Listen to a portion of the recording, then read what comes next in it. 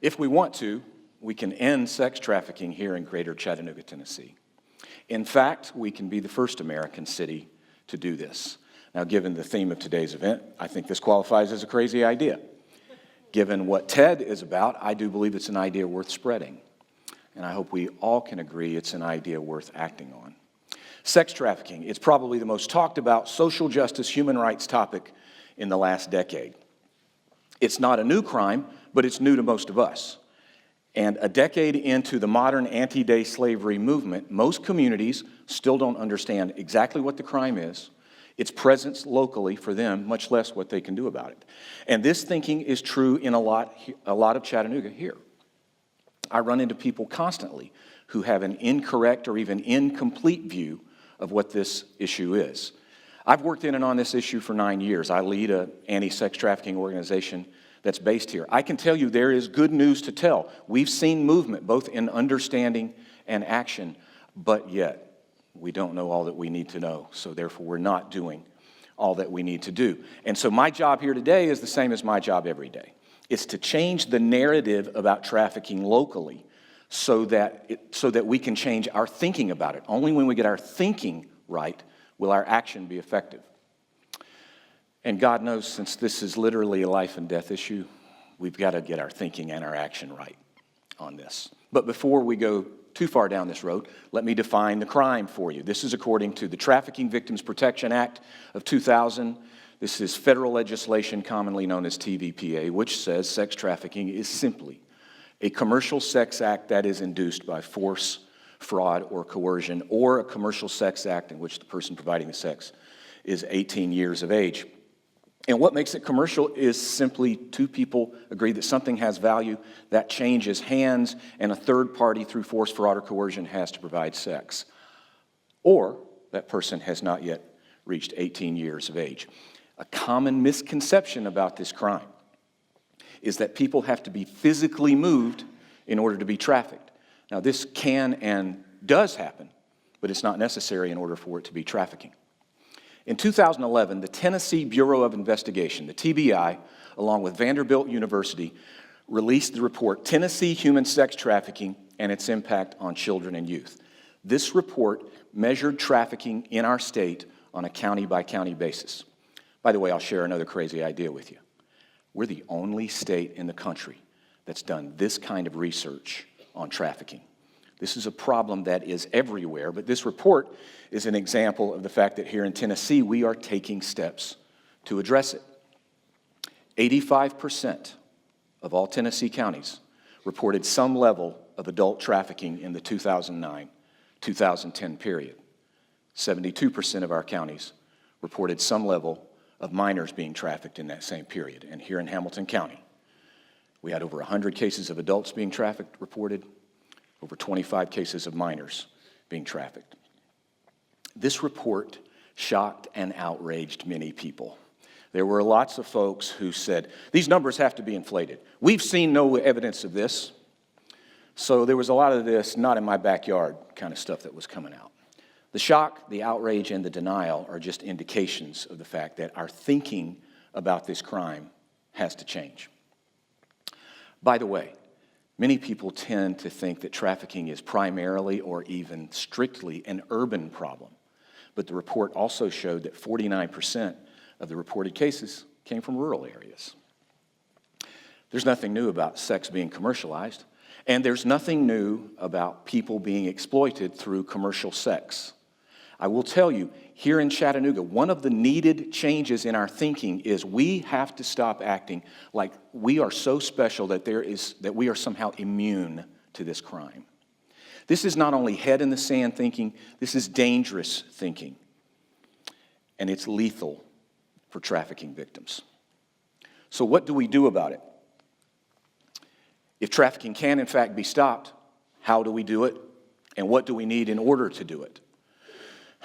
In order to make this happen, we will have to marshal resources and partnerships that have begun forming but are not yet fully in place. So I'm going to lay out 5 action steps for us today. It's not a complete list of everything we need, but it does describe the overall scale of what our response needs to be if we're going to end sex trafficking here in Greater Chattanooga in the next 50 years. And by the way, these steps, I believe, are replicable anywhere and everywhere. So if your context is somewhere other than here, I hope you'll put them to work in your own hometown. First, we have to rely on more than just passion, hope, vision, dreams, and belief if we're going to win this fight. Our organization adopted a phrase in its early days of development, and that is, a heart that is moved by this is simply not enough.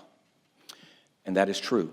Now, I'm not decrying the importance of passion, hope, vision, dreams, and belief in this work, but we have to become strategic with our passion. We have to get measurable about it. Our hope, our vision, and dreams and belief have to become outcome-based. We are going to have to rely on more than just passion and just vision. We are going to have to fall in love with measurability. And the reason for that is a decade into the anti-sex trafficking movement, we don't know all that we need to know. And so therefore, we have to reach out to our universities, our researchers, our best and brightest minds to help us understand what the scale of this crime is and how do we approach it in up-to-the-minute ways. Because I can tell you, with all the media coverage on this, all the nonprofits that have grown up around it, all of the laws that we've passed in this state and elsewhere to address it, as a community, we do not know all that we need to know. And that may not sound really exciting to you, but if we don't even understand our baseline, how in the world will we stop this crime at the level at which it is? This particular issue won't be solved easily, nor will it be solved quickly. But it does demand our highest and our best response. And so for that reason, we will commit to the process of finding out exactly what we must know on this issue in order to know exactly how, from a strategic standpoint, leveraging human and financial resources, we have to address it. And we will do this for as long as it takes until we can end the crime. Secondly, this is all about money. There are a lot of factors that go into trafficking. They're all many, they're all complex, but at the heart of this is money. If there's no demand, there's no issue. People are willing to buy people for sex, which means people are willing to sell people for sex. This is chilling, this is hard, it's inhumane, but it's a fact, and it's a function of supply and demand. Research shows that trafficking in the U.S. is a $9.5 billion annual issue. That's billion with a B. We don't yet know what Tennessee's share of that $9.5 billion is, which proves my earlier point about the need for better research. But let's just say we take that $9.5 billion, we split it up 50 ways, therefore theoretically assigning a nearly $200 million annual trafficking issue to Tennessee. Here in Chattanooga, we're the fourth largest city in the state, which means, in terms of dollar volume, we have a significant trafficking issue on our hands. And federal and state monies are vital in this fight, but we will not find all of the money that we need to fight it in the public sector. We have to educate our community on this issue. We have to take our community and engage it in the work of advocating for better, stronger legislation. We have to ensure that our law enforcement partners are fully resourced in order to fight it. We need, here and throughout our region, trauma-informed, residentially based recovery programs for trafficking survivors. And most of all, we need to address and eliminate demand for this crime at the community level. And this will take vast amounts of money. Money that is in the hands of the private sector. And by private sector, I simply mean non-governmental, for-profit and non-profit organizations, as well as a lot of individuals like you and me. The private sector can and must play a central role in addressing this crime. The spirit of philanthropy in Greater Chattanooga is large and it's effective. And this philanthropic spirit is comprised of corporations, foundations, individuals, all of whom are committed to making this city a great place not only to live, work, and play, but a model of transformation. We can be the first American city to lay out a measurable, comprehensive, collaborative plan to eradicate sex trafficking over the next 50 years, and that's what I'm calling on us to do beginning today. And I'm calling on the private sector to connect with its public sector counterparts in order to eradicate the crime.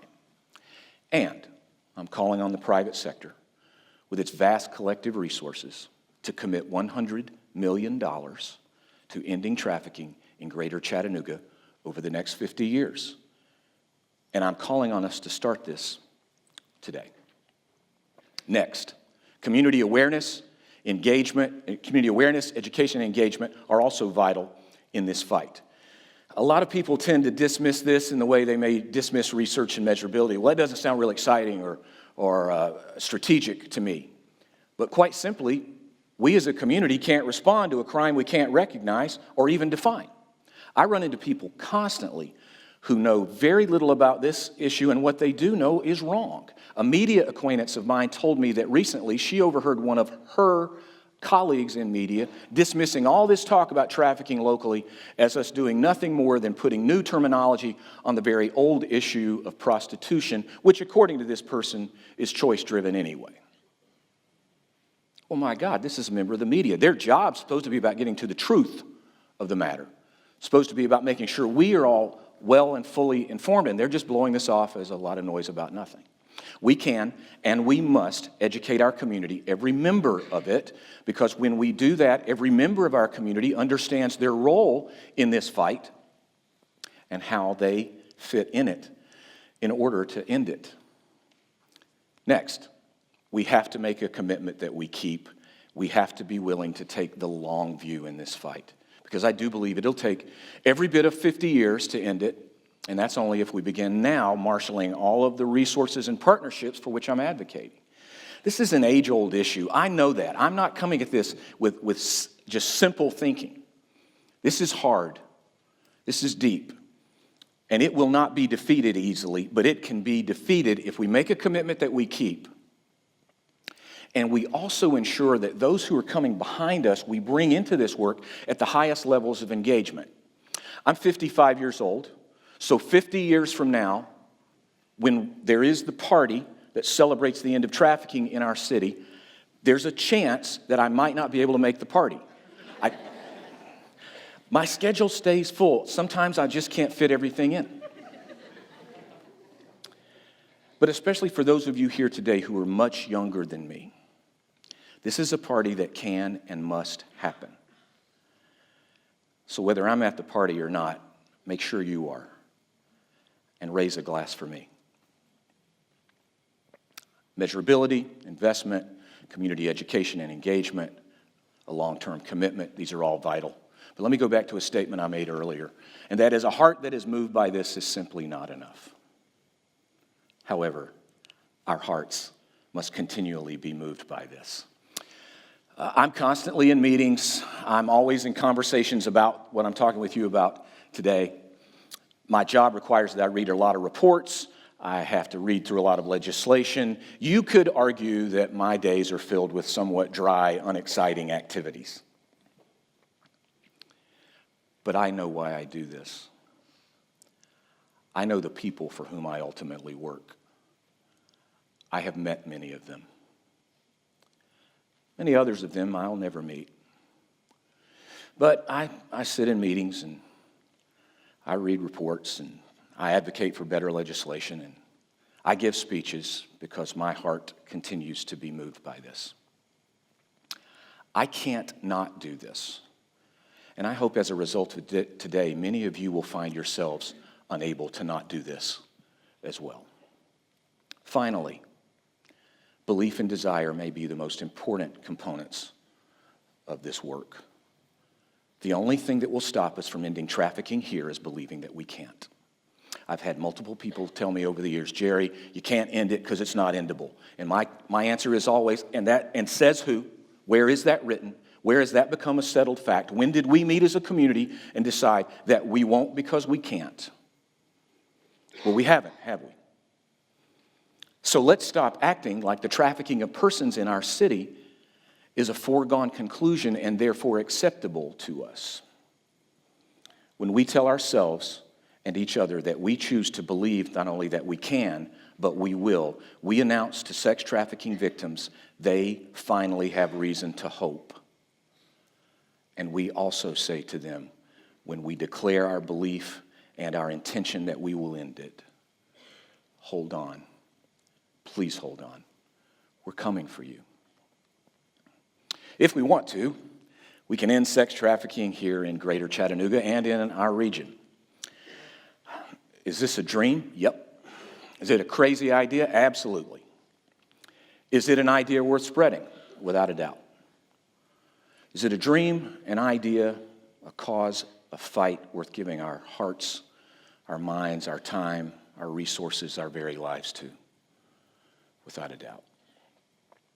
This crazy idea is achievable. It will require that we do something truly amazing, but then who doesn't want to do something truly amazing? Let's end sex trafficking here. I believe we should.